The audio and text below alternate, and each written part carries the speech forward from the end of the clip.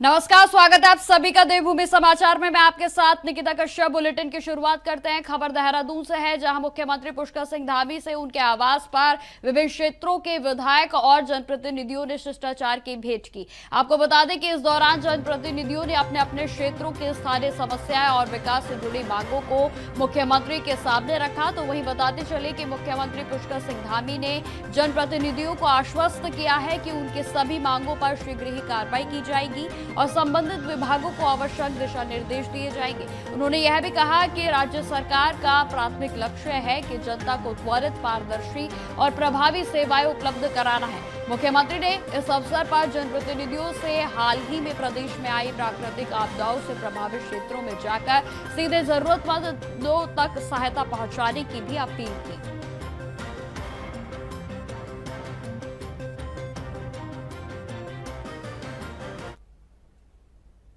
खबरों में आगे बढ़ते हैं। बीजेपी में प्रधानमंत्री नरेंद्र मोदी का 75वां जन्म दिवस विशेष रूप से मनाने की तैयारियां पूरे तरीके से शुरू कर दी गई हैं। आपको बता दें कि इस अवसर पर पार्टी के द्वारा 17 सितंबर से 2 अक्टूबर तक सेवा पखवाड़ा का आयोजन किया जाएगा। सांस्कृतिक और कला परिषद के उपाध्यक्ष और राज्य मंत्री मधु भट्ट ने जानकारी देते हुए बताया कि सेवा पखवाड़े के तहत उत्तराखंड के विभिन्न जनपदों के अंदर रक्तदान शिविर आयोजित किए जाएंगे और इसके अलावा युवाओं की भागीदारी के लिए नमो मैराथन का भी आयोजन किया जाएगा।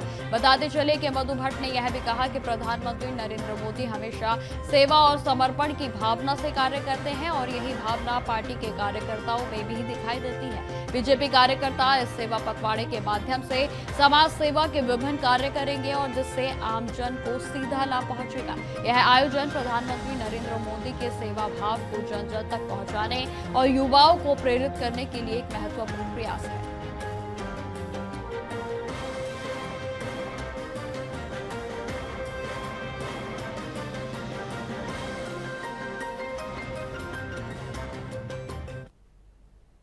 अब खबर रामनगर से है, जहां महाराष्ट्र के पूर्व राज्यपाल व पूर्व मुख्यमंत्री भगत सिंह कोश्यारी रामनगर में आयोजित राजपूताना बिजनेस समिट में शामिल हुए, जहां उन्होंने उत्तराखंड के व्यावसायिक विकास पर अपने विचारों को साझा किया। आपको बता दें कि कोश्यारी ने कहा कि राजपूताना समाज व्यापार में अच्छा योगदान दे रहा है और वे कई ऐसे उद्योगपतियों को जानते हैं जो कि देश में सेवा में लगे हैं। उन्होंने उत्तराखंड के उद्योग और व्यापार में तेजी से प्रगति की तारीफ की और पूर्व प्रधानमंत्री अटल बिहारी वाजपेयी से लेकर वर्तमान में प्रधानमंत्री नरेंद्र मोदी और केंद्रीय मंत्री नितिन गडकरी के नेतृत्व में राज्य में सड़क और बुनियादी ढांचे के बेहतर विकास को भी सराहा। तो वहीं बताते चले कि कोश्यारी ने आगे यह भी कहा कि भौगोलिक और पर्यावरणीय दृष्टि से उत्तराखंड ने संतुलित आर्थिक विकास किया है।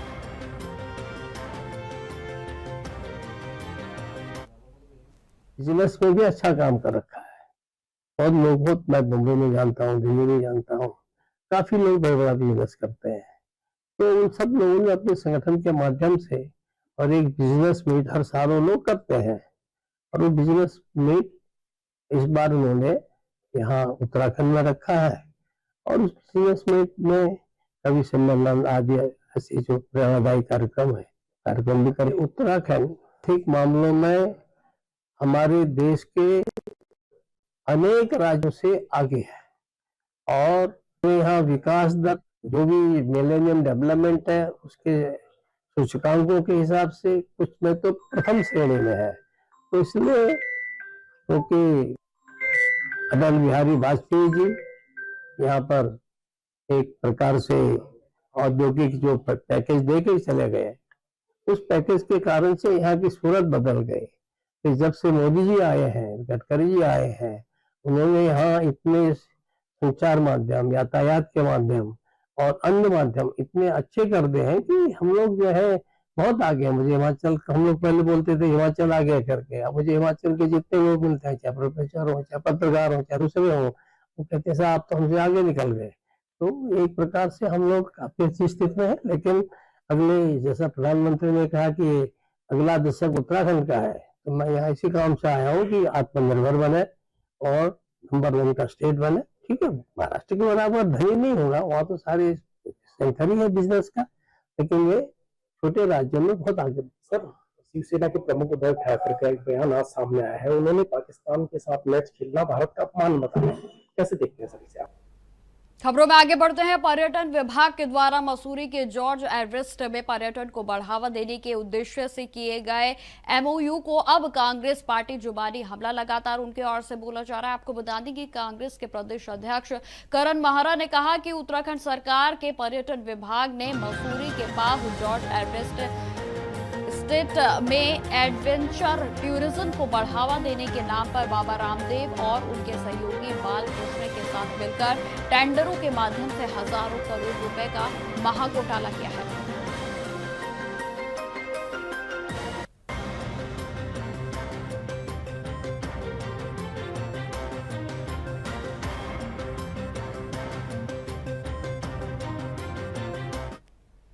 एक नया खुलासा हुआ है जिसमें बीजेपी की सरकार के जो भ्रष्टाचार के रिकॉर्ड्स हैं वो टूटते हुए दिखाई दे रहे हैं।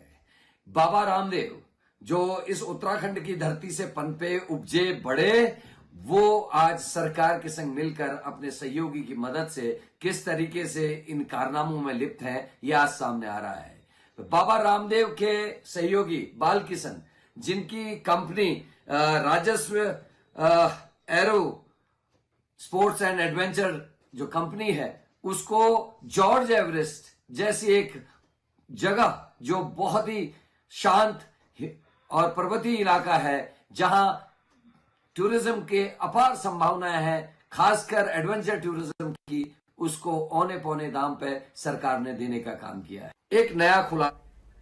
खबरों में आगे बढ़ते हैं। उत्तराखंड के हरिद्वार में मुठभेड़ के बाद फरार हुए बदमाश ने आत्महत्या कर लिया। आपको बता दें कि शनिवार को मुठभेड़ में हरियाणा क्राइम ब्रांच के दरोगा को गोली मारने वाले सुनील कुमार उर्फ सुनील कपूर के खिलाफ मुकदमा दर्ज कर लिया गया था, और जिसमें कि सुनील ने अपनी लाइसेंसी पिस्टल से दरोगा को गोली मारी थी। बताते चले कि एम्स के ऋषिकेश में भर्ती दरोगा के हालात बेहतर थे, लेकिन हरिद्वार में मुठभेड़ के बाद फरार हुए बदमाश ने देहरादून में खुद को गोली मारकर ही आत्महत्या कर ली, और जहां घटना के दौरान लक्ष्मण चौक से के आसपास की बताई जा रही है। और इससे पहले हरियाणा की एसटीएफ की टीम ने हरिद्वार पहुंचकर मामले की जांच पड़ताल की।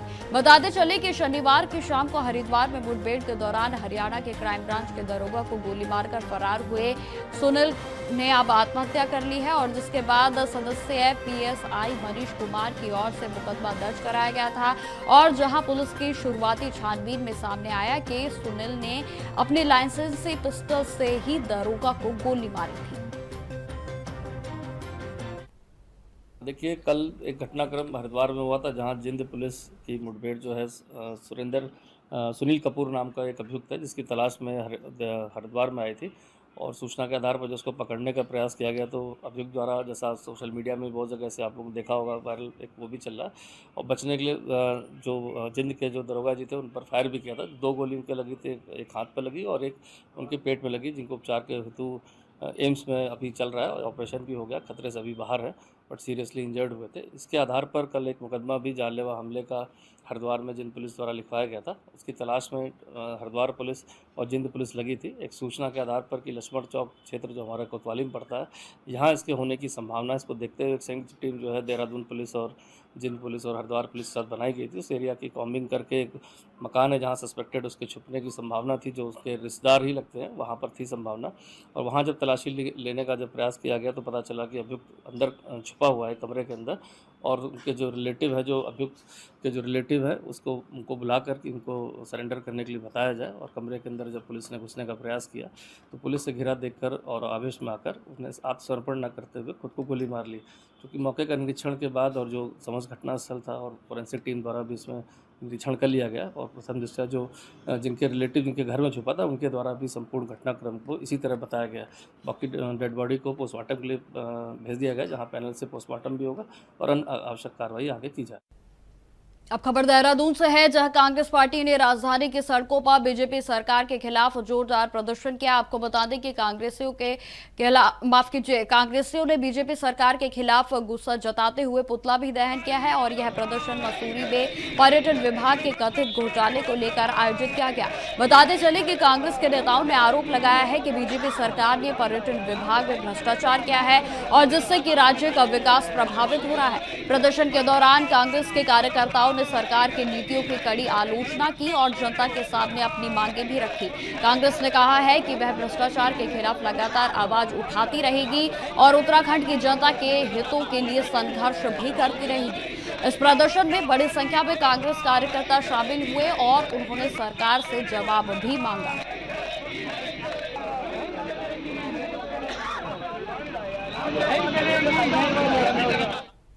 खबरें लगातार जारी रहेंगी, फिलहाल रुकते छोटे से ब्रेक के लिए।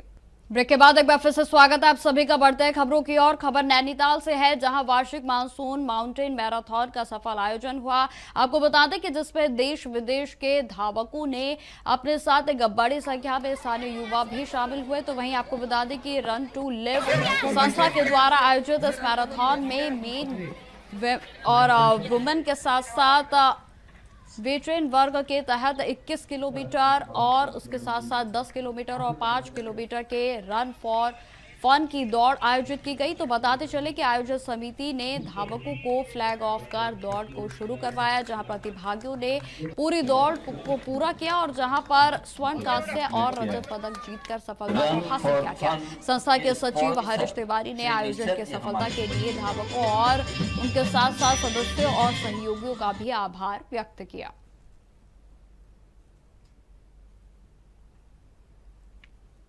मैंने तैयारी तो 1 साल लगभग कर रहे थे और ये रोड जो है हमारा मणिपुर में तो ज्यादा से ज्यादा नीचे प्लेन में भागता है हम लोग, और ये रोड आप हिल डाउन बहुत है, तो मेरे लिए तो बहुत हार्ड हुआ है।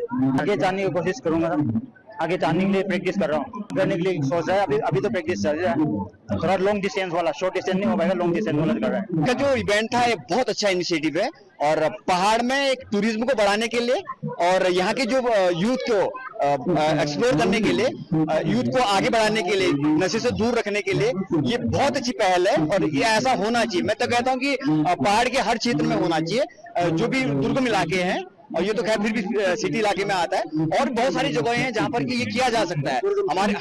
हमारे बच्चों में बहुत ज्यादा प्रतिभाएं, स्किल है। हमारे पास वो ये अपॉर्चुनिटी जो है कुदरत ने हमें वैसी दे दी, हमारी भौगोलिक स्थिति ऐसी है कि जो कि हम लोग इन चीजों को वैसे ही ऑटोमेटिकली हमें मिल जाती है और इसको हम बहुत बेहतर से कर सकते हैं। यहाँ पर बहुत अच्छी प्रैक्टिस हो सकती है और बहुत अच्छे खिलाड़ी यहाँ से निकल सकते हैं। इसकी बहुत बड़ी पहल यहाँ से की जानी चाहिए और मैं तो कहता हूँ शासन प्रशासन को इसके लिए कोशिश करनी चाहिए कि वो लोग इन बच्चों को प्रमोट करें, इनको थोड़ा सा सहायता करें। 14वां संस्करण है इस बार, और चूंकि अगस्त माह के आखिरी संडे को होता था, लेकिन इस बार नंदा देवी महोत्सव की वजह से हमें 2 हफ्ता आगे से बढ़ाना पड़े, लेकिन तब भी जो इसका नाम है वो आज फिर से साकार हो गया है। बारिश हो रही है, हल्की हल्की दौड़ें भी खत्म होने लगी हैं और इसमें कैटेगरीज जो थी वो 21 किलोमीटर, 10 किलोमीटर, 5 किलोमीटर और 4 किलोमीटर, और हमने वेटरन्स के लिए भी इस बार 2 अतिरिक्त कैटेगरीज की थी, 10 और 21 किलोमीटर में 45 वर्ष से अधिक आयु के लिए और 55 वर्ष से अधिक आयु के लिए, और अंतर्राष्ट्रीय धावक भी यहाँ पर आए, लेकिन उसके बावजूद हमारे भारतीय सेना के धावक जो नागालैंड से यहाँ आए हुए थे, उनने ये रेस जीती हुई है, जो बहुत ही हमारे देश के लिए गर्व की बात है। और आने वाले समय में हमारे जो बच्चे, लोकल बच्चे हैं, उनको इससे कुछ अच्छा सीखने को मिलेगा। अब खबर देहरादून से है, जहां प्रधानमंत्री नरेंद्र मोदी के जन्मदिन यानी कि 17 सितंबर से गांधी जयंती 2 अक्टूबर तक स्वास्थ्य विभाग पूरे उत्तराखंड में स्वास्थ्यदारी और सशक्त परिवार के साथ साथ अभियान के तहत 4000 से ज्यादा विशेष स्वास्थ्य शिविरों का आयोजन किया जाएगा। बताते चले कि इन शिविरों का मुख्य उद्देश्य महिलाओं और बच्चों को निःशुल्क स्वास्थ्य जांच के साथ साथ उपचार सुविधा प्रदान कराना है। इन शिविरों का आयोजन जिला अस्पतालों, उप जिला अस्पतालों, सामुदायिक स्वास्थ्य केंद्रों और आयुष्मान आरोग्य मंदिरों में किया जाएगा, जहां आपको बता दें कि देहरादून के मुख्य चिकित्सा अधिकारी मनोज कुमार शर्मा ने बताया कि जिले में कुल 425 शिविर लगाए जाएंगे और जिसमें से 12 शिविर नगर निकाय क्षेत्रों में, 2 ऋषिकेश के अर्बन क्षेत्र और 412 शिविर ग्राम पंचायत क्षेत्रों में आयोजित होंगे। इन शिविरों में दिव्यांग जनों के प्रमाण पत्र बनाए जाएंगे और उनके साथ साथ आयुष्मान कार्ड बनाने की सुविधा भी रहेगी। इसके अलावा सभी शिविरों में विशेषज्ञ डॉक्टरों की सेवाएं भी उपलब्ध होंगी ताकि आमजन को समुचित स्वास्थ्य सुविधा मिल सके। तो वहीं यह अभियान राज्य सरकार की ओर से महिलाओं और बच्चों के स्वास्थ्य को प्राथमिकता देने की एक महत्वपूर्ण पहल माना जा रहा है।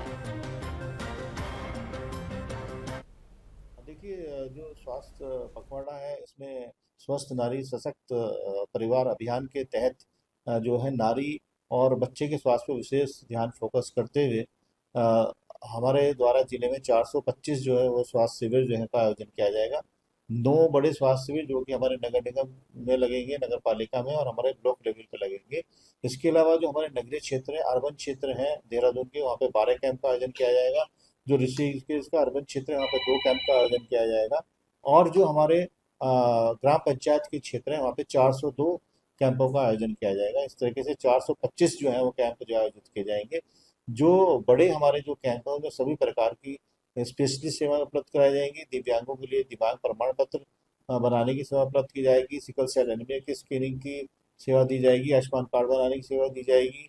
टीबी स्क्रीनिंग की सेवा दी जाएगी। सामान्य जांचों की सेवा दी जाएगी और सामान्य दवाई का वितरण भी वहाँ पे किया जाएगा। लोगों में पोषण को लेकर जन जागरूकता की जाएगी, एनीमिया के ऊपर जागरूकता की जाएगी और हाइजीन के ऊपर भी जन जागरूकता उसमें जो है।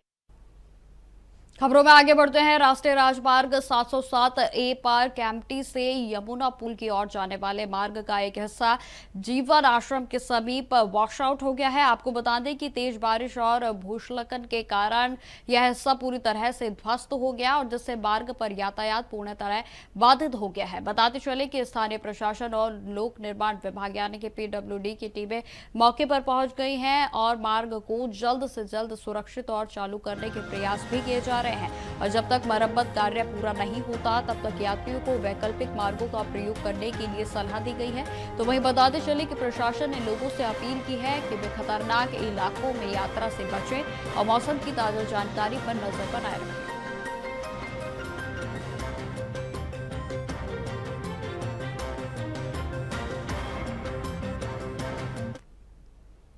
खबरों में आगे बढ़ते हैं। दुबई में आज एशिया कप के अंतर्गत भारत और पाकिस्तान के क्रिकेट मुकाबले में भारत की जीत की कामना को लेकर हरिद्वार में विशेष धार्मिक आयोजन किया गया, जिसमें श्री अखंड परशुराम अखाड़े के द्वारा निरंजनी अखाड़े के शिव मंदिर में भगवान शिव का रुद्राभिषेक कर भारत की विजय की प्रार्थना की गई।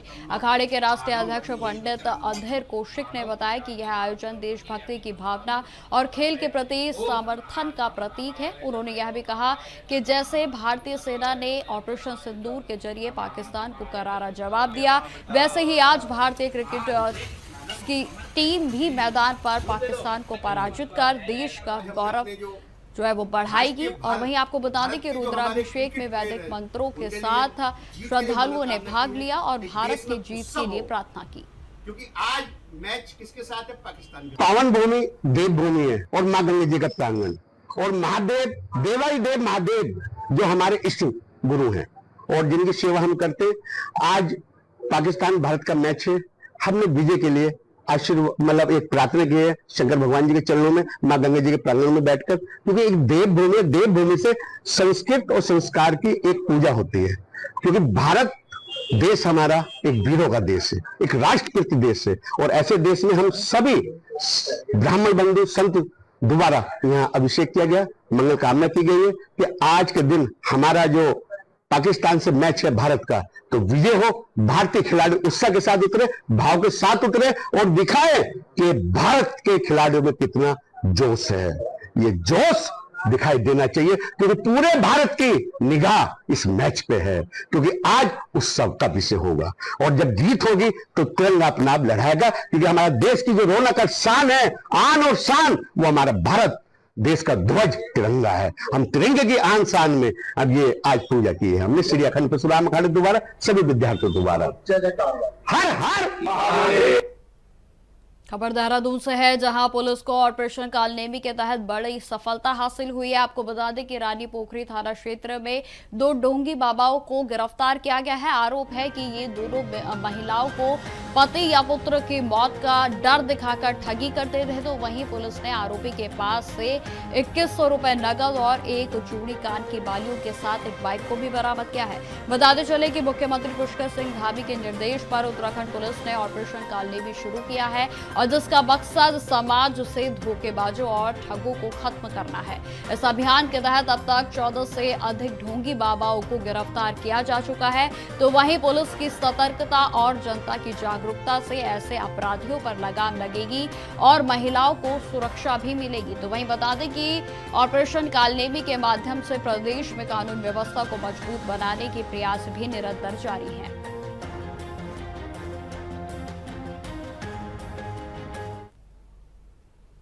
तो फिलहाल मेरे साथ इस बुलेटिन में इतना ही। देश दुनिया की तमाम खबरों की जानकारी के लिए बने रहे हमारे साथ। नमस्कार।